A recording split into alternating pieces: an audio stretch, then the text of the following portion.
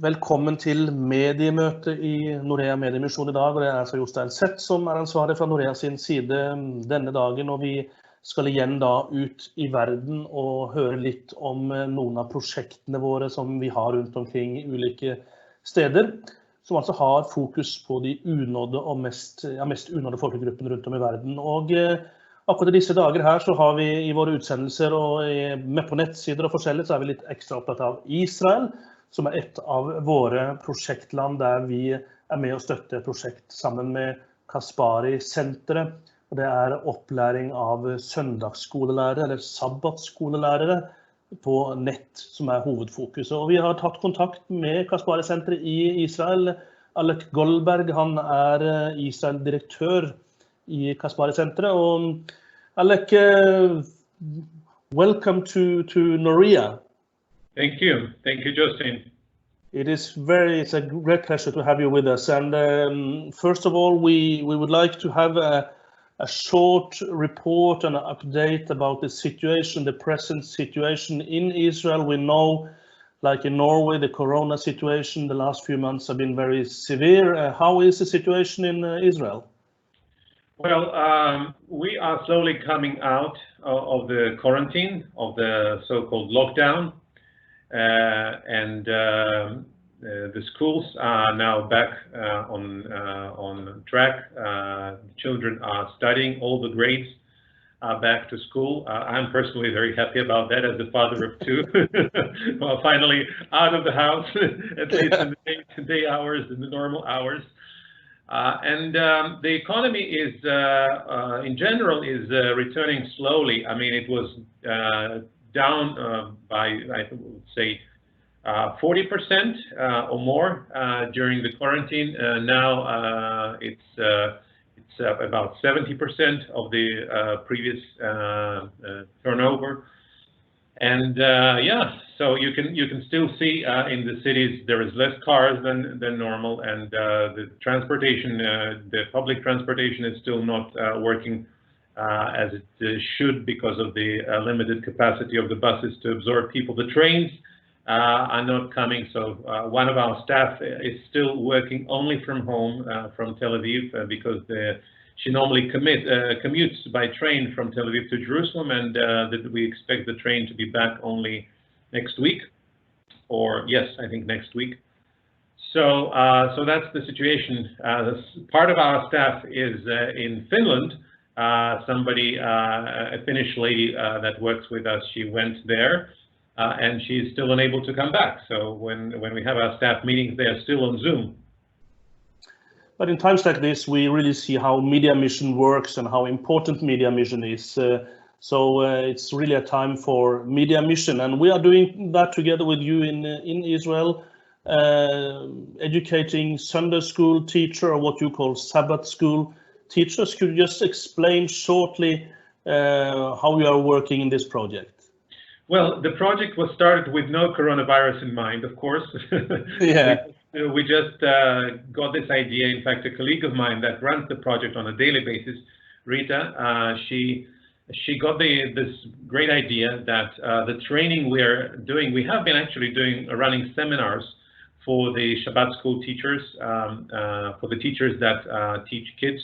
While the adults listen to the message, the kids have their own short meeting with their own message and other activities. These people need training, obviously, and they don't have it also because they are so-called lay ministers. They don't have any special education in this area, most of them. So they need some kind of training. We've been running seminars for them over the last 20 or 21 years. I think 20 plus for sure. Yes, I think last year we celebrated the 20th anniversary. So anyway, she got the idea that why don't we actually increase the training, expand our activity in this area from a few seminars a year to an ongoing online training program, which will be more systematic, which will have a curriculum, which will have a number of professionals that each has their own subject. So that's how the project was birthed. And we're very happy that we got in touch with you and you came along as our partners, because this is, I think, one of these perfect matches. Your media mission, and this is not technically, this is not an evangelistic project. So if you limit mission to evangelism, this is not going to people that never heard the gospel. But on the other hand, you cannot assume that the children that grow up in believing families, they really also believe. You know, somebody said that God has no grandchildren, only children. And in this corona situation also, I can imagine that you see also that this is really a good timing for a project like this, because then you are really able to meet people also if they are not able to come physically. Yes, the people have in fact been continuing to during the quarantine, during the lockdown, they have continued to study. And we have continued on our part also to provide them with the material, with the recordings that we've been sending since 1st of November, when we started actually offering the training. We've continued over these last months. We have seen, though, that because of the whole situation, there is such a phenomenon of sort of being tired of being online, because some people simply switched over to online fellowship only. Like, sure, you know yourself, you've been working, you told me some weeks ago that you've been working from home a lot and having a lot of Zoom meetings. Yeah. So, but thankfully, this decrease in the presence of the students is not really significant. So it's a slight one, but the people in general are very committed. And what shortly this is about is to give them teaching and learn and teach them online, to equip them to be teachers for the children from the Christian families or in the fellowships in Israel. Yes, our audience is people who are members of the Israeli Messianic congregations of Jewish churches, if I'm going to translate it into your English language. Yeah. Israeli Jewish Christians. They are members of their churches and they serve the children during the Saturday meetings. Well, we have Saturday as the day off in the country. And so they need training. What that means is that they need some knowledge about pedagogics. They need some knowledge about how to teach the Bible, especially if you're going to teach the Bible in biblical Hebrew, for example. It's different from the modern Hebrew, and therefore there are some nuances, purely linguistic nuances, that would be good to know if you're going to do it properly. You have to know children's psychology, developmental psychology, and many different things. If you're really going to be a children's teacher, you know, it's a whole area of training. And so we have made a course that is a 2-year program, and it consists of 20 topics. Okay, each topic is taught by a professional in their respective area, and so it's really a high-quality product that I'm very proud of, in a good sense. Great. Could you just share with us 1 or 2 feedbacks you have got from those attending these courses? Yes, gladly. Let me just bring up this file to my desktop, and here's what the people are saying. If I can just read it from that, I think that would be the best.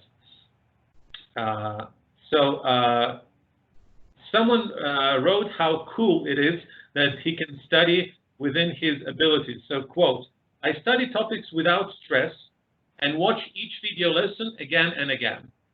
Sometimes I feel that I would like to go deeper in some topic, but I understand that this form exactly matches my capabilities." Another participant writes, "Thank you for the lessons, short, clear, filled with practical advices.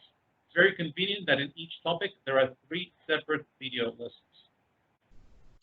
Great, thank you very much, Alec. Finally, could you share 1 or 2 prayer requests with us, please? Because we're now speaking to people who are really supporting the Norea projects and especially reaching the unreached people groups, and I mean the Israel and the Jews are in that group. Could you share with us 1 or 2 prayer requests? Well, I would maybe share 2 requests. One concerns the big picture in Israel. We are all affected by the present situation, and I'm not complaining. Israel has dealt with the situation, I think, in a good way. But we have been also, this coincided with a long governmental crisis. We finally have our have our government, maybe one of their requests is to pray for this government to be stable and to stay there, okay, because that affects life in the country. And also for the project itself, please pray for us to be able to continue work on this project in spite of all the difficulties created by the coronavirus. One of these difficulties has been technical. The people that have been doing the editing of the fragments of the videos, they have struggled as well, and as a consequence, there is more work for us with each video fragment after it's been produced. There is some kind of post-production work that we do, catching all the bugs, working on all the imperfections that affect the picture, and so it takes a bit more work. And so maybe these are the two things that I would ask to pray for. Thank you very much, Alec Goldberg. Og Alec han altså Israel-direktør i Caspari-senteret, som vår partner i Israel, som driver altså dette prosjektet sammen, som vi kaller for Weekly Insight, som undervisning, online-undervisning av det vi i Norge kaller søndagsskolelærere, det de i Israel kaller for sabbatsskolelærere. Det vil altså si messianske jøder som knyttet til menigheter i Israel, som da utrustes og læres opp til å undervise og fortelle bibelhistorier, og som også har litt teologisk opplæring og pedagogisk opplæring i dette prosjektet. Så han altså utfordrer oss på å be for landet, situasjonen landet i nå, og også for prosjektet som også hindret litt nå under denne koronakrisen. Så det var en liten oppdatering fra vårt prosjekt i Israel. Du har lyttet til medie og sett på Mediemøtet fra Norea Mediemøtet. Mitt navn Jostein Sett, og i dag så var vi altså i Israel. Og etter hvert så vil vi nok også ta ut turen til nye prosjekter i andre land. Takk for at du fulgte med oss.